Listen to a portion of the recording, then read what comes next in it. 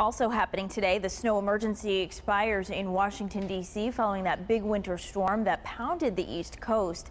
Today is also the first day kids go back to school in D.C. and Philadelphia. News 8's Brian Spiros joins us live from Newington this morning with how Connecticut Department of Transportation workers will be lending a helping hand. Good morning, Brian.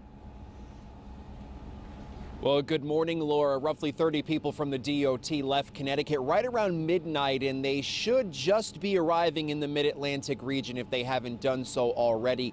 That part of the country getting hit very hard during this past weekend's historic blizzard. Some areas getting more than 2 feet of snow. Now, as someone who used to live down in that area, I can tell you they are not used to getting that much snow. And now the hard part is cleaning it all up and finding a place to put it, especially in the larger cities where extra space is few and far between. Now, while down in the mid-Atlantic, the Connecticut DOT crew will use 4 snow throwers and 4 wing plows, and they can work in tight areas, which is a plus with some of the areas they'll be working in. Washington is going to be very difficult to remove the snow. It's a congested area. I've been there many times, and it's tough to get around in Washington on a dry day with the traffic and everything.